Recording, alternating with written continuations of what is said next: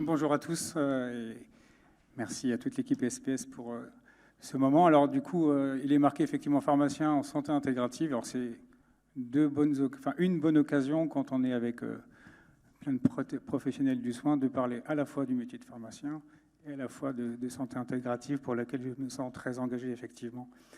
Si je commence par la santé intégrative ou pour la définir, je vais déjà commencer par définir la notion de médecine intégrative. Alors, il y a une définition officielle qui a été écrite par le CUMIC, qui est le Collège universitaire de médecine intégrative et complémentaire, auquel Grégory d'ailleurs participe activement, qui considère, en fait, qui dit que la médecine intégrative est l'association de la médecine conventionnelle et des médecines complémentaires dans une approche scientifique validée, centrée sur le patient et dans une vision pluridisciplinaire. C'est ça la définition de la médecine intégrative.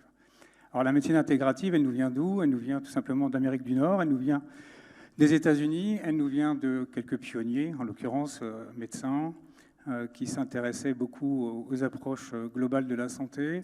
Et surtout, elle est née dans un contexte, on dit souvent que les États-Unis sont en avance sur nous, c'est aussi pour les mauvaises choses, dans un contexte d'émergence et plus que d'émergence d'ailleurs, de pandémie, de maladies chroniques, de maladies non transmissibles, donc, et avec toutes les difficultés de prise en charge de ces maladies chroniques, avec les limites des médicaments pour leur seule prise en charge, et dans une vision où justement il était associé à ces médicaments, à cette prise en charge conventionnelle, d'autres pratiques comme la méditation, comme les techniques de respiration, comme le yoga, dont il est issu aujourd'hui yoga thérapie, mais également la nutrition, la nutrithérapie et la phytothérapie.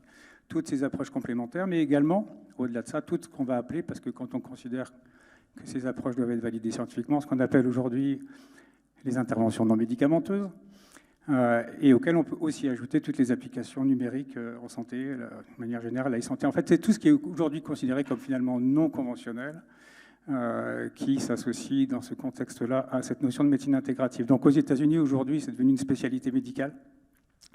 La plupart des cliniques, aujourd'hui, 50% des hôpitaux et cliniques sont intégratives aux États-Unis. Au Canada également, ça s'est très fortement développé. C'est développé également en Australie, en Europe du Nord, en Allemagne et en Suisse, c'est tout près de chez nous. On est allé visiter il y a quelques années avec quelques collègues des hôpitaux intégratifs qui associent justement à cette médecine conventionnelle de nombreuses pratiques avec des résultats assez incroyables dans la mesure où l'objectif, tout est évalué. Alors après, une fois qu'on a parlé de médecine intégrative, pour faire simple, c'est quoi la santé intégrative? C'est juste au-delà d'un simple basculement sémantique, c'est le fait d'intégrer, parce qu'il y a aussi cette prise en compte en fait, de l'accompagnement et à la fois de l'origine des maladies chroniques et finalement des limites des prises en charge conventionnelles, c'est l'importance donnée à la promotion de la santé et d'une manière générale à la prévention. Et c'est comme ça qu'on bascule finalement dans la santé intégrative. Et si on parle de prévention et de promotion de la santé, et encore plus dans le contexte actuel, c'est difficile de distinguer finalement la santé individuelle de la santé collective. La santé individuelle de cette santé globale, une personne en bonne santé, dans un territoire en bonne santé, sur une planète en bonne santé. Et donc forcément, on fait aussi le lien avec tout ce qui touche à la santé environnementale, et notamment les approches One Health, et dans le contexte des limites planétaires. Voilà. Ça, c'est la définition, ou en tout cas le panorama de la santé intégrative. Si maintenant je parle du pharmacien, j'ai malheureusement raté les étudiants ce matin, ça m'aurait bien intéressé, j'espère que j'aurai l'occasion de les voir tout à l'heure. J'ai entendu ma consoeur tout à l'heure parler. Alors, effectivement, pendant longtemps, moi j'ai un parcours uniquement dans l'industrie, donc je n'ai pas l'expérience de l'officine au quotidien, même si j'y ai travaillé pendant mes études et juste un petit peu après, donc je sais quand même ce que c'est. Et par contre, l'avantage que j'ai quand on travaille dans l'industrie, c'est qu'en fait, on ne connaît pas une officine, on ne connaît pas l'exercice officinal au quotidien, on n'en connaît pas 2 ou 3 quand on a éventuellement changé d'officine. On en connaît des centaines, voire peut-être même des milliers, parce qu'en 25 ans de métier, vous en parcourez de nombreuses. Et j'ai vu une évolution notable dans l'exercice officinal et également dans le moral des officines et des équipes officinales. Donc oui, effectivement, il y a eu une tendance à pousser des médicaments pendant de nombreuses années, mais depuis déjà notre première ministre pharmacien, Roselyne Bachelot, avant Firmin Lebaudot, qui est également pharmacien, il y a eu déjà un premier basculement en fait, dans le métier du pharmacien. Puis après, il y a eu le Covid, la vaccination, la prévention, le dépistage, pardon.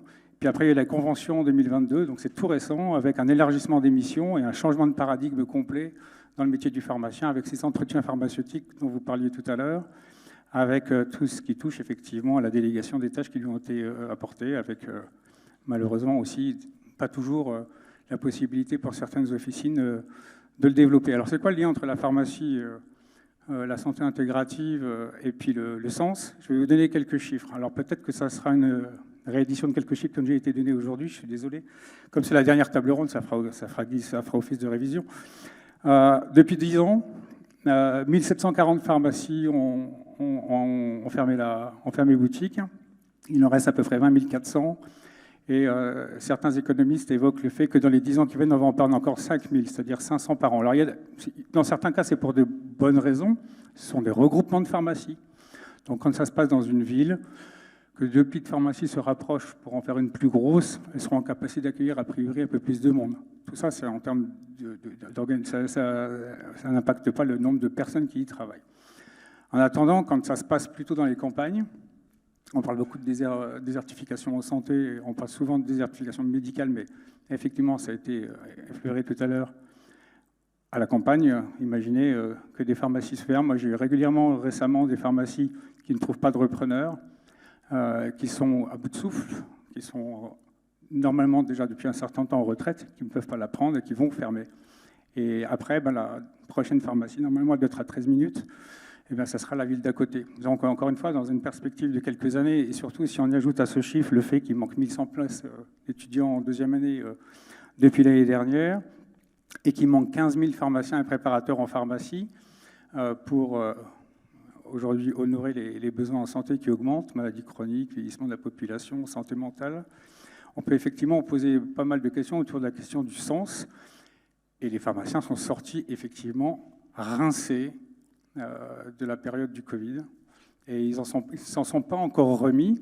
Et je ne sais pas ce qui s'est passé. Moi, franchement, je ne l'ai pas compris. Je n'ai pas tout intégré.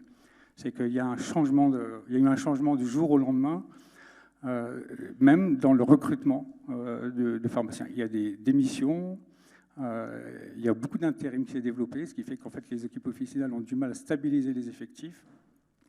Et encore une fois, quand vous avez une grosse pharmacie de centre-ville, que vous avez 20 ou 30 personnes qui travaillent dans l'officine, je ne dis pas que c'est simple, mais en tout cas, vous pouvez organiser un planning.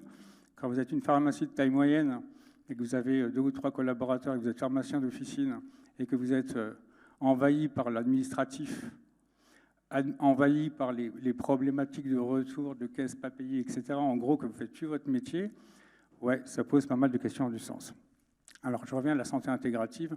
Je vous ai dit tout à l'heure que la santé intégrative, elle était une réponse, en tout cas, c'est ce qui a été démontré dans bien des pays, à la prise en charge des maladies chroniques. Et les pharmaciens, depuis 2022, donc de plus en plus de nouvelles missions. Et ces missions sont justement orientées vers la prise en charge des maladies chroniques. Donc le lien il est évident, en fait. Il y a beaucoup de données qui démontrent que cette prise en charge pluridisciplinaire qui va associer des professionnels de santé, des médecins, des kinés, des pharmaciens, évidemment, mais également d'autres pratiques de santé qui ne sont absolument pas régulées aujourd'hui en France et qui posent de vraies problématiques, soit de dérive dans certains cas, soit de perte de chance, mais aussi, dans d'autres cas, ils pourraient apporter tout leur lot de bien-être dans la prise en charge de personnes. Bien, ça pose beaucoup de questions auxquelles je pense que cette approche de santé intégrative peut véritablement répondre. Et par contre, aujourd'hui, il n'y a aucune... les pouvoirs publics, pour l'instant, ne se saisissent pas du sujet, alors que je pense que c'est véritablement un bénéfice pour la santé publique. Voilà. Merci beaucoup.